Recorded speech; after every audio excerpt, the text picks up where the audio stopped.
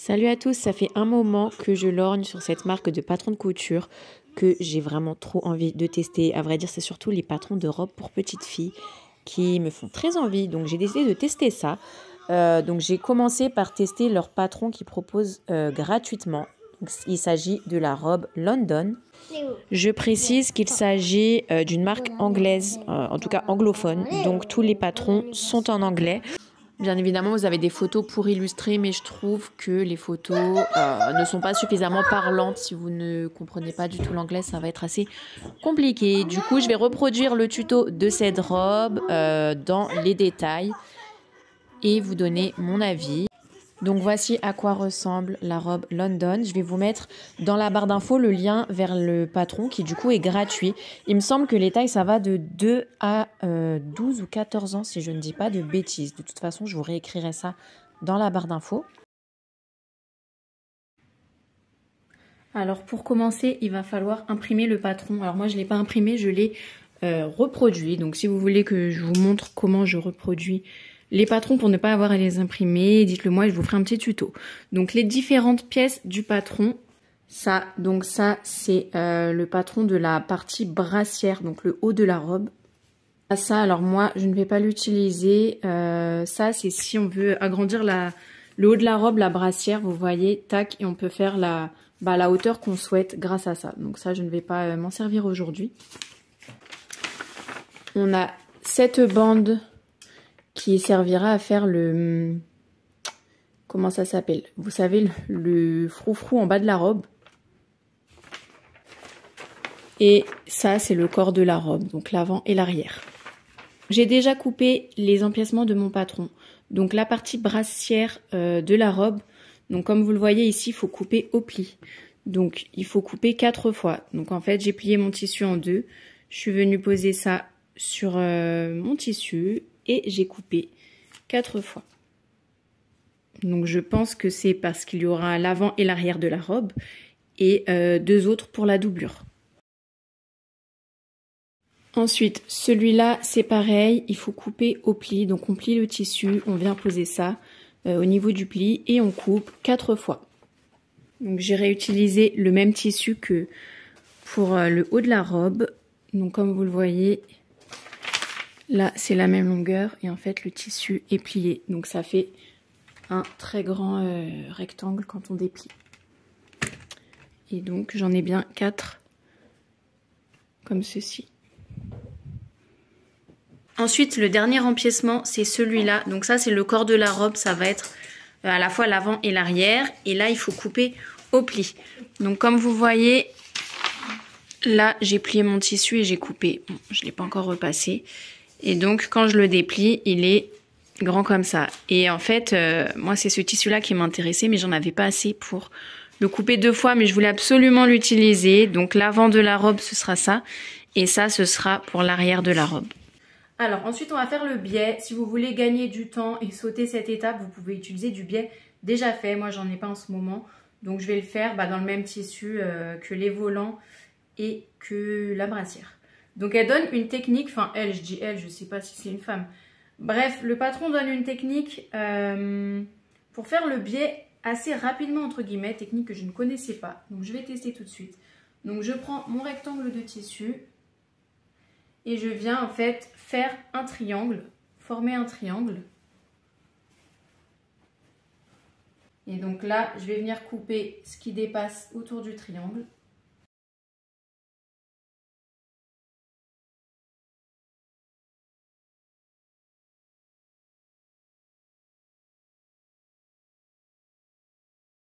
Et là, au milieu, à partir de la pointe, je vais couper une bande de 5 cm de large jusqu'à la base de mon triangle. Donc je vais le retourner à l'envers parce que j'ai pas forcément envie de mettre du stylo sur l'endroit du tissu.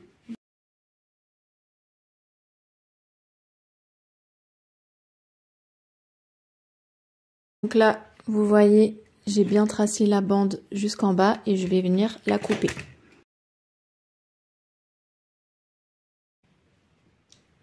Donc voilà ce que ça donne. Je vais en couper une deuxième. Donc apparemment il faut en couper 2 comme ça pour les bretelles et 2 comme ça pour le tour de la brassière.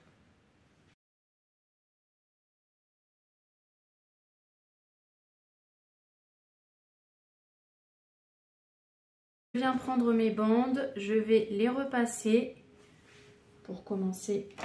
Donc ensuite, je prends une de mes bandes. Donc là, elle est sur l'envers comme vous le voyez.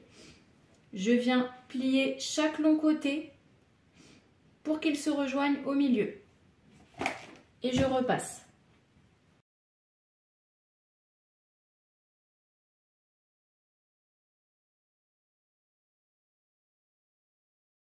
Une fois que j'ai formé ça, je viens replier en deux et repasser de nouveau. Et donc je vais faire la même chose avec toutes les bandes que j'ai coupées. Donc je prends mon premier empiècement pour l'avant du corps de la robe. Et là en fait je vais mettre une première épingle à 5 cm. Donc je mesure 5 cm du bord, je mets une épingle. Et pareil de ce côté-là. Je mesure 5 cm et je mets une épingle. Et en fait entre les deux épingles, je vais coudre un fil. Entre les deux épingles, je vais coudre et je vais former des fronces pour faire en gros rétrécir le tissu dans la largeur. Et je vais faire la même chose avec l'autre empiècement, donc l'arrière de la robe. Donc là, comme vous voyez, j'ai mis mon épingle à 5 cm et j'ai fait pareil de l'autre côté. Donc je commence bien ma couture à partir de l'épingle, pas avant. Et je vais allonger le point au maximum. Donc là, j'ai mon point droit que je mets le plus grand possible. Et je couds à 5 mm du bord. Et aussi, les patrons sont pas en centimètres, ils sont en pouces. Donc du coup, j'ai fait la conversion pour vous dire à chaque fois. Mais franchement, quand je fais la conversion, si la conversion, ça tombe sur 4,9 cm, bah, je vous dis 5 cm, quoi, j'arrondis. Et donc là, le but, ça va être de faire froncer le haut. Donc je prends mes longs fils. J'en prends un seul et je vais venir tirer dessus, bon, doucement, sans le casser, pour faire froncer le tissu.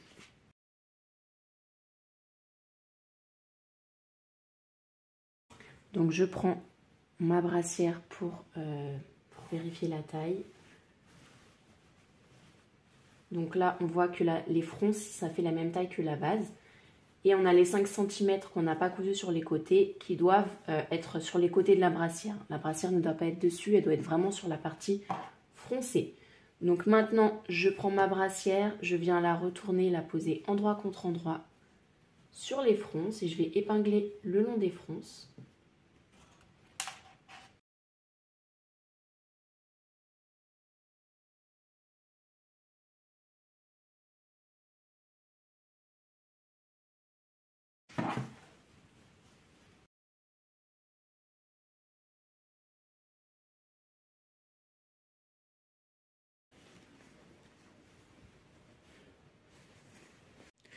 Ensuite, je viens prendre un autre empiècement pour la brassière et cette fois, je prends le tissu de doublure.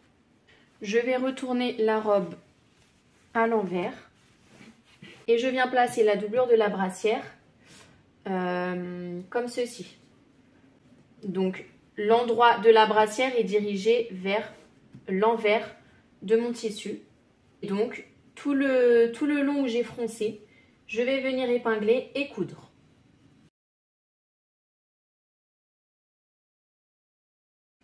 Donc je couds bien en repassant sur la couture que j'ai faite avant.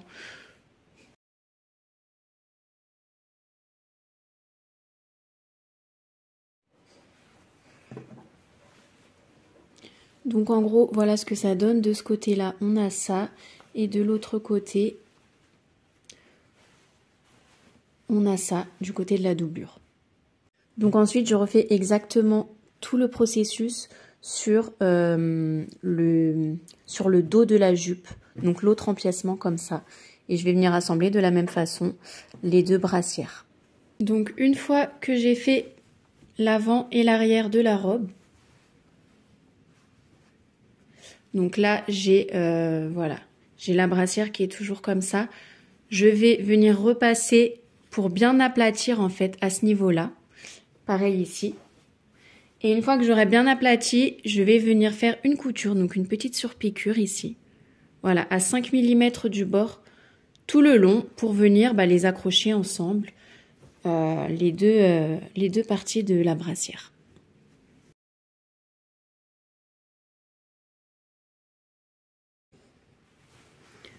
Donc voilà ce que ça donne avec la surpiqûre juste ici.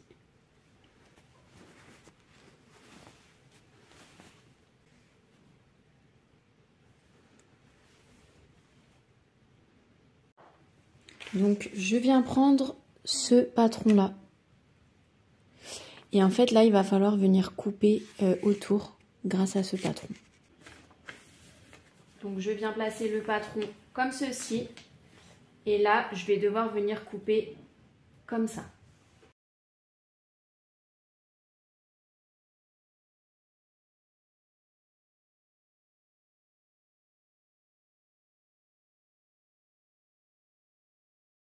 Et je fais pareil sur le dos de la robe. Je viens prendre un biais qu'on a fait au début. Donc il faut prendre le biais le plus court parmi ceux que vous avez créés. Et on va venir le poser sur la robe. Donc je vais retourner la robe à l'envers. Je déplie mon biais.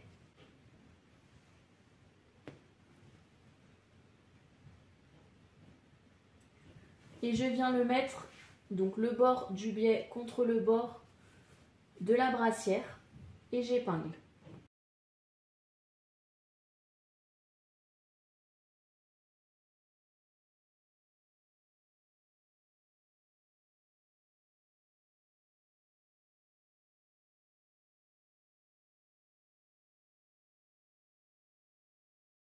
Et là, je vais venir coudre le long du pli.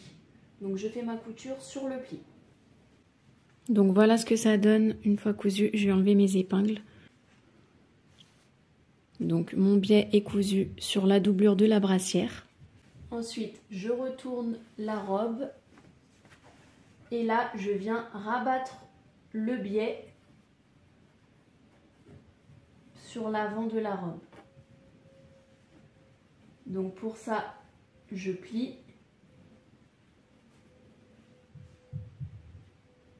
Et je replie pour avoir mon biais plié en deux.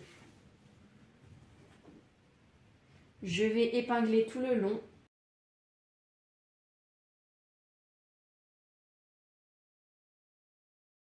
Et là, je vais venir faire ma couture le long du biais à 2 mm du bord pour fermer mon biais.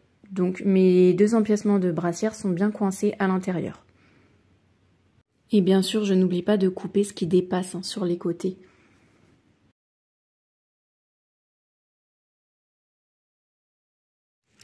Donc voilà, une fois cousu. Donc maintenant, je viens prendre mes deux empiècements. Donc là, j'ai l'arrière de ma robe et je vais venir poser l'avant de la robe. Endroit contre endroit, je superpose. Et donc, je viens aligner les côtés et les épingler ensemble.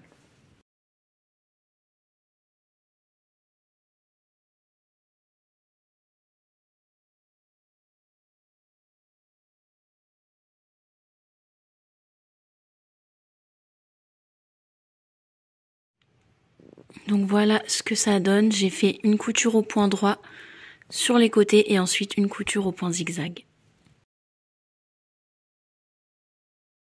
Donc une fois que c'est fait, on va devoir mettre le biais au niveau des emmanchures. Donc on va prendre nos deux plus longs biais. Je déplie mon biais.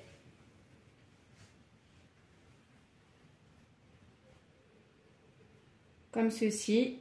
J'épingle donc le bord du biais sur le bord de l'emmanchure.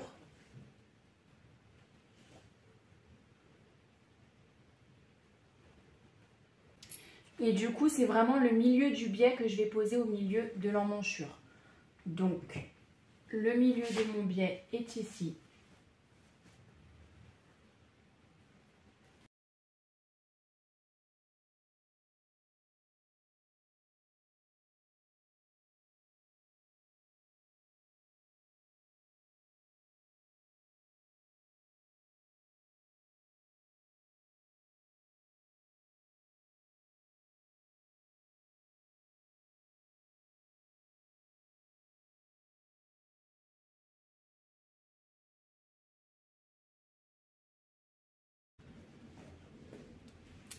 Donc maintenant que c'est épinglé, je vais venir coudre donc sur le pli du biais.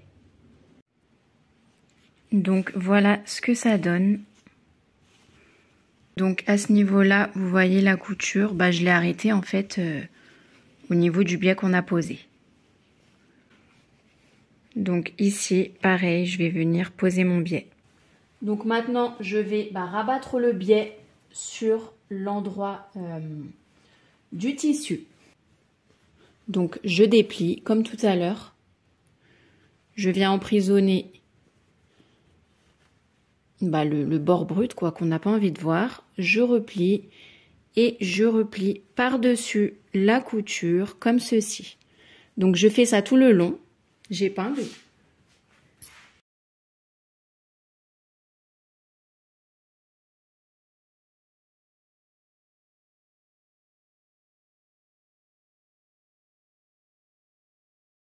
Donc quand j'arrive ici à ce niveau-là, là je viens former la bretelle. Donc je plie juste le biais en deux, voilà, je le plie quoi. Et je vais épingler. Et quand je vais venir faire ma couture sur le biais, je vais venir continuer à coudre pour former les bretelles. Quand j'arrive au bout de la bretelle, vous voyez, c'est pas très joli.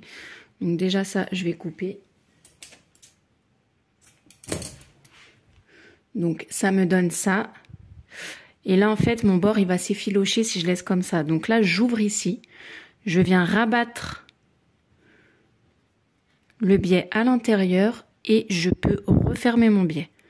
Et là quand je vais venir coudre, j'aurai pas de bord qui s'effiloche.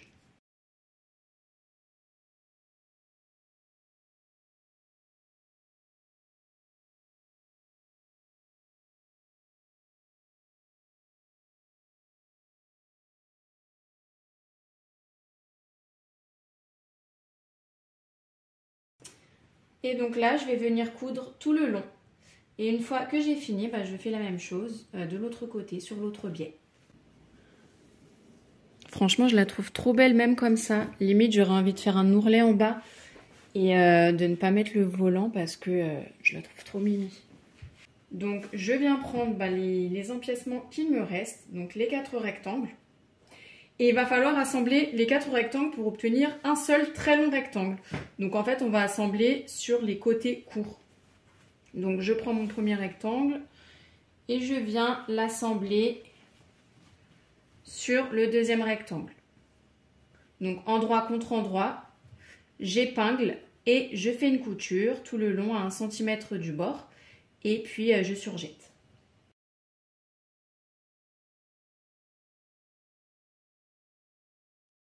Donc là, j'ai assemblé 2 rectangles et je fais pareil pour assembler mes 4 rectangles.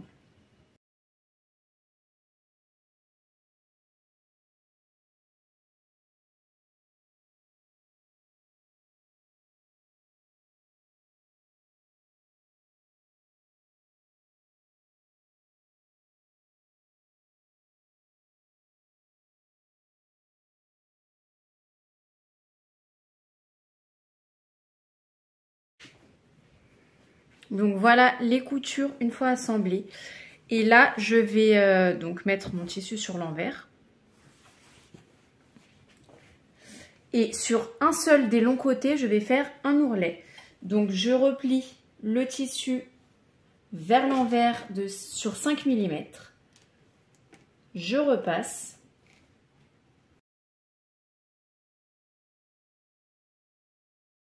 Puis je replie de nouveau une deuxième fois. Et je repasse encore. Et je vais venir épingler et coudre tout le long. Donc vraiment ici à 2 mm du bord, je fais ma couture.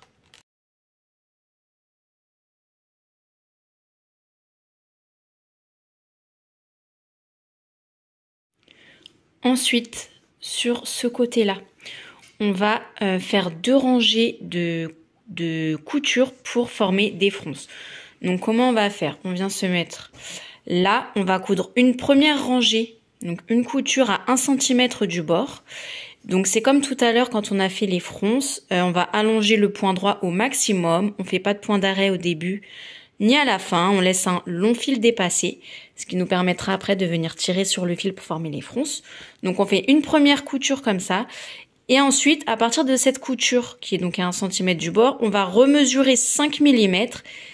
Et à 5 mm, on va faire notre deuxième couture exactement de la même façon pour faire froncer le volant. Donc ici, j'allonge mon point au maximum. Je laisse donc un long fil dépassé derrière. Donc voilà ce que ça donne. Donc ça forme en fait déjà des fronces naturellement. Donc ça c'est ma première rangée. Et ensuite je vais refaire pareil à 5 mm de cette couture. Donc voilà ce que ça donne. J'ai mes deux coutures et je vais venir prendre mes longs fils sur le côté.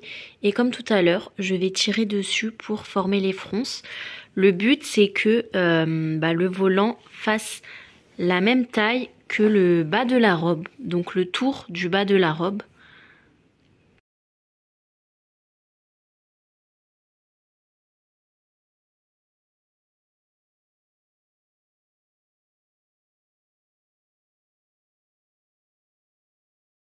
Donc là, j'ai posé mon volant tout autour de la robe grossièrement pour voir si c'était la même taille, c'est bien de la même taille.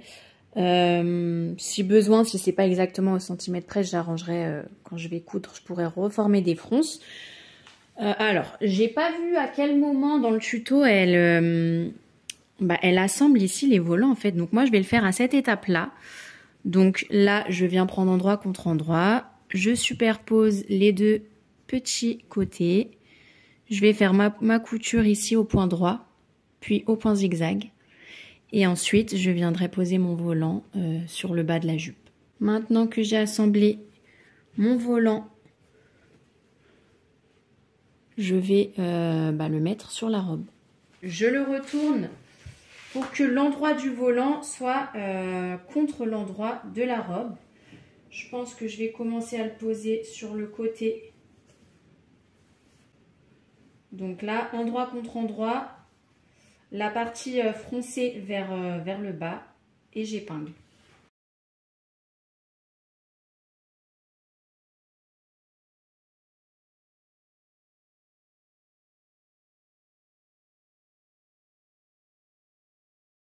Voilà, j'ai épinglé tout le volant autour de la robe. Et donc maintenant, je vais venir coudre au point droit tout le long, donc en dessous des deux coutures, sinon elles seront visibles, vous voyez, elles seront visibles comme ceci. Donc là, j'ai fini de coudre le volant sur la robe, donc ça donne ça. Ce que je vais faire, là j'ai juste fait la couture au point droit, je vais couper donc à 5 mm pour avoir juste une marge de 5 mm et je vais surfiler au point zigzag pour que ce soit quand même plus propre. Voilà, donc là, j'ai coupé à 5 mm du bord. Et maintenant, je vais faire mon point zigzag tout autour. Voilà, donc j'ai fait un point zigzag bien serré. Et la robe est finie. Donc voilà le résultat. Franchement, j'aime trop cette robe, je la trouve trop belle. Et ça me donne envie de la refaire dans plein de coloris différents et dans plein de tissus différents. Donc voilà, du coup, je compte commander d'autres patrons payants cette fois de cette marque-là. Et dites-moi si vous voulez que je vous fasse une vidéo où je vous montre plusieurs patrons que j'ai fait